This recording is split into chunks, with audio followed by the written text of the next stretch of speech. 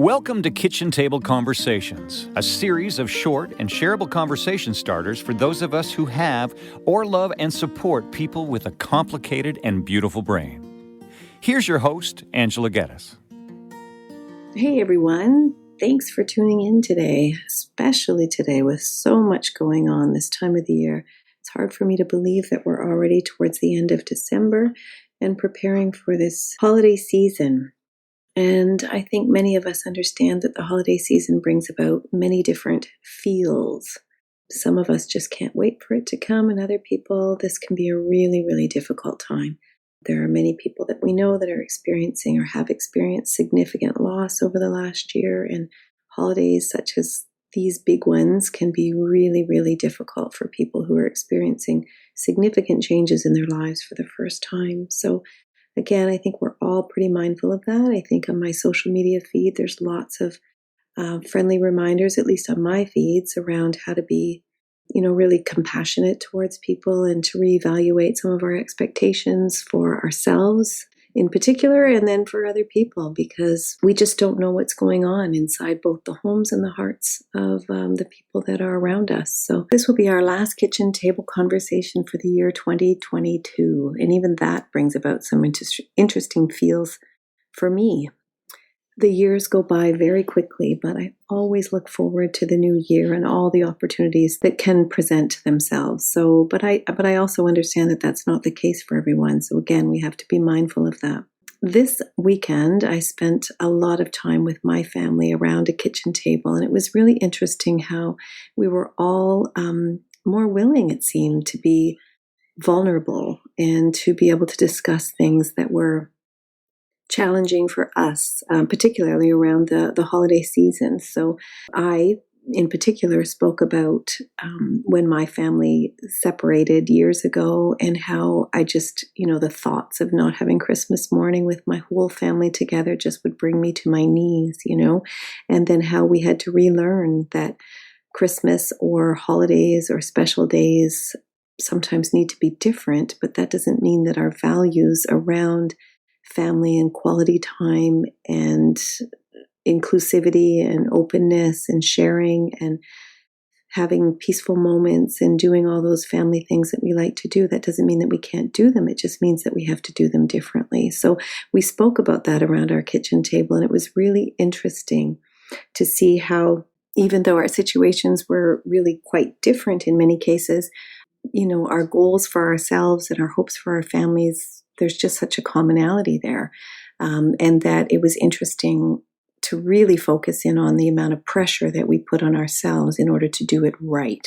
And I think that that's what this conversation is going to circle around today. And it's, there are no right or wrong. And sometimes we have to be really better able to listen to our own guts and our own understanding of what our families need. On that note, I think most of you know that I'm particularly interested in supporting individuals and families who are experiencing more complex mental health and maybe learning or sensory difficulties or concentration challenges. And often that manifests into behaviors that are sometimes puzzling. But the tips and strategies that I'm going to talk about today around the holidays and around social gatherings for all of us, these tips and strategies are kind of inclusive of everyone and will be helpful for everyone, no matter what your situation is. But I do think that it's important to really share this information with our families and friends as well, because sometimes when people don't show up or show up late for family functions, or they have to leave early, or they're not really as present as what we're thinking they should be, we sometimes have judgments, and sometimes we also think about, we kind of take some of these things personally. So for the most part, I think it's kind of a good strategy to sort of leave our biases or our expectations kind of at the door. But children, youth, and adults with complicated presentations often have brains that are wired very differently. And the disabilities or, the difficulties are often hidden behind beautiful faces with kind and loving souls that make some of these puzzling and problematic behaviors even more difficult to understand.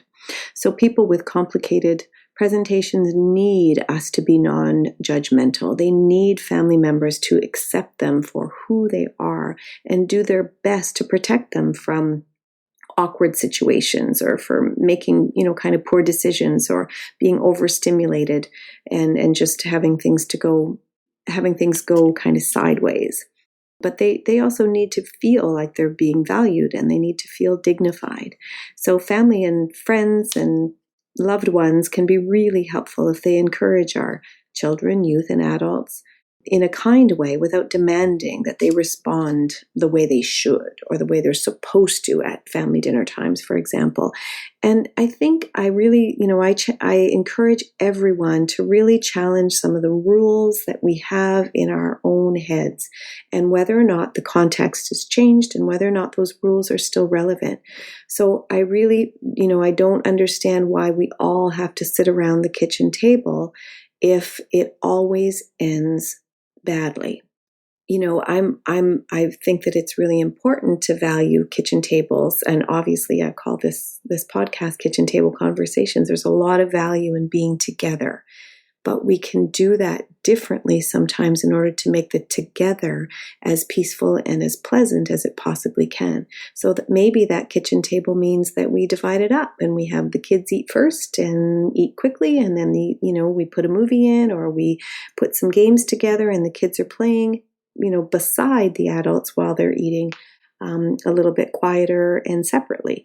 That might work for some. It might not work for others, and that's okay. But the goal here is not to have some sort of standard that we all have to live up to. It's around listening to what the needs are within our particular group. And so common needs for all people, and especially those who are experiencing some complicated mental health or, behavioral difficulties, we all need someone who believes in us, and we all need unconditional love and acceptance, and we need patience, and we need calm, supportive redirection, and we need curiosity and creativity.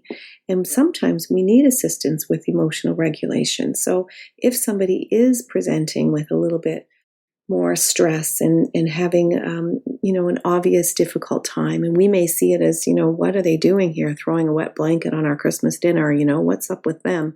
But instead, that response of being frustrated with them only adds fuel to the fire. But sometimes we just need compassion and say, is there anything I can do to help? Or, hey, why don't you come over here for a minute? I just have a question for you, or I need your help with something, to divert their attention and then just, quietly and respectfully do a check-in and make sure that we can help with emotional regulation, not instead of adding to it. So, and we also have to understand that some people look like they're unwilling to do things, but maybe they just can't at that particular time. So we have to listen carefully and acknowledge some of the frustration.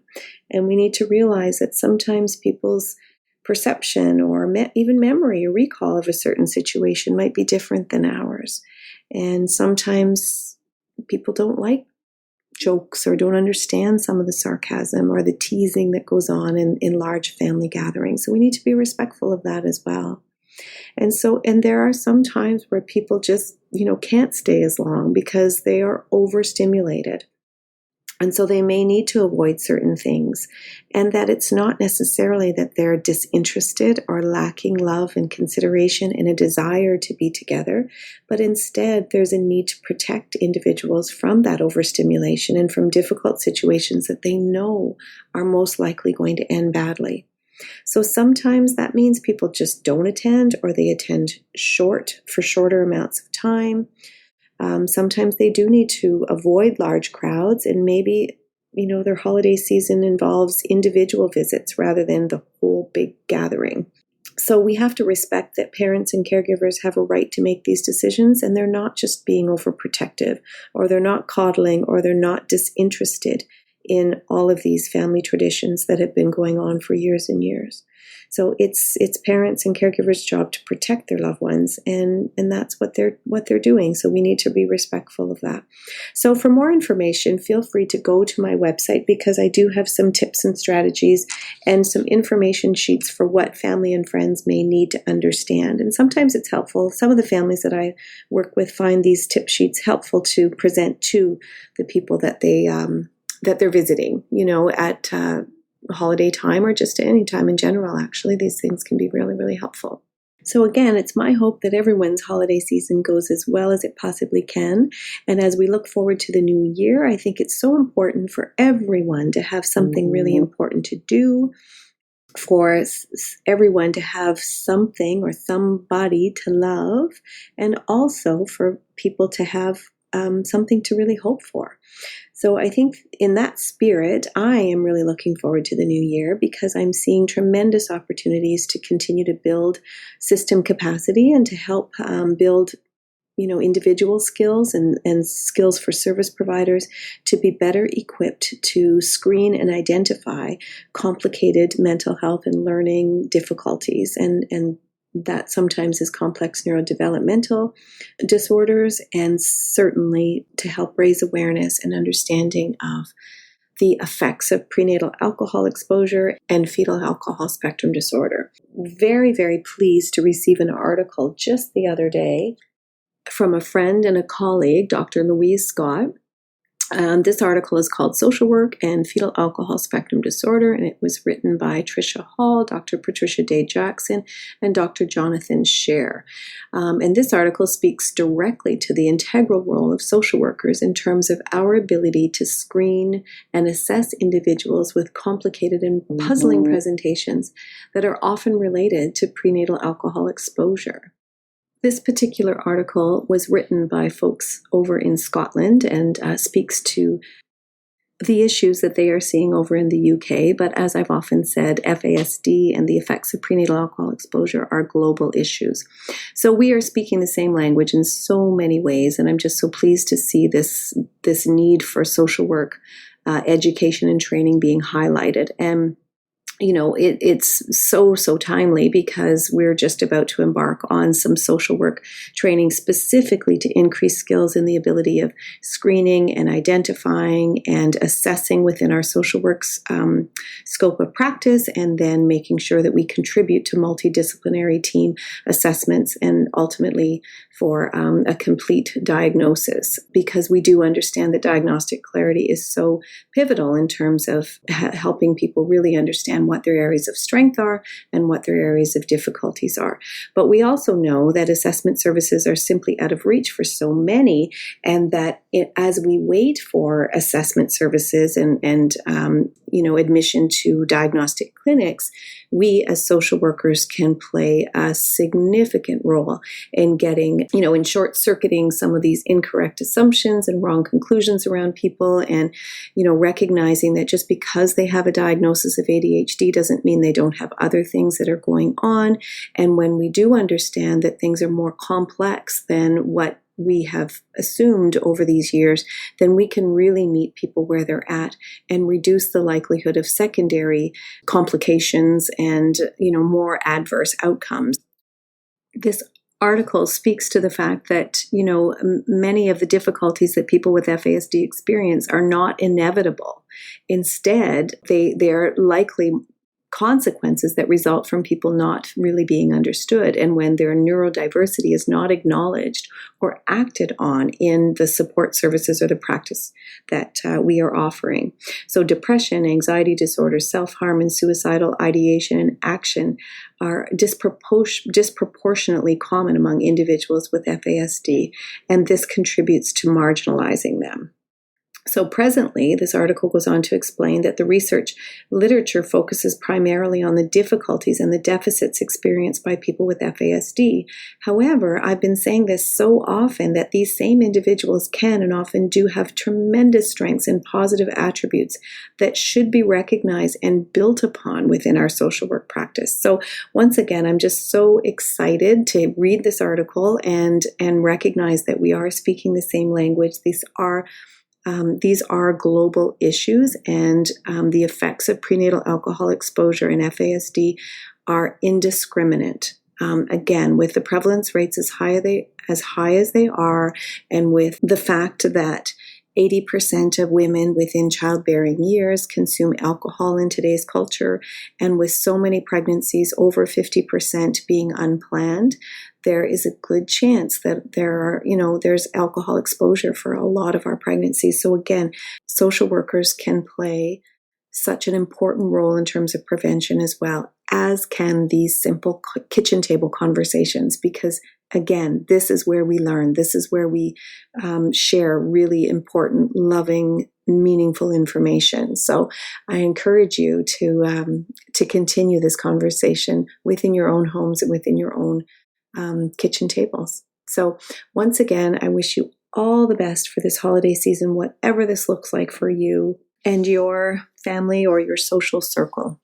Don't forget to check out my website for more details on some of the topics that we discussed today, including the tip sheet, including the information around the need for social workers to become more FASD informed. There's an article that's going to be linked to it, and then also a link to the social work training itself. I think there's also going to be a link to mocktails so that we can, again, be reminded of offering non-alcoholic options if we do happen to host any or attend any celebrations over this holiday season. And so once again, if you like what you're hearing, please feel free to share. Please feel free to keep these conversations going and reach out to me directly with some topics that you'd like to be covered. So right in this moment, I would like to say, from my family to yours, from my home to yours, I wish you all the very best for this season and into 2023. Thanks very much for tuning in. Angela.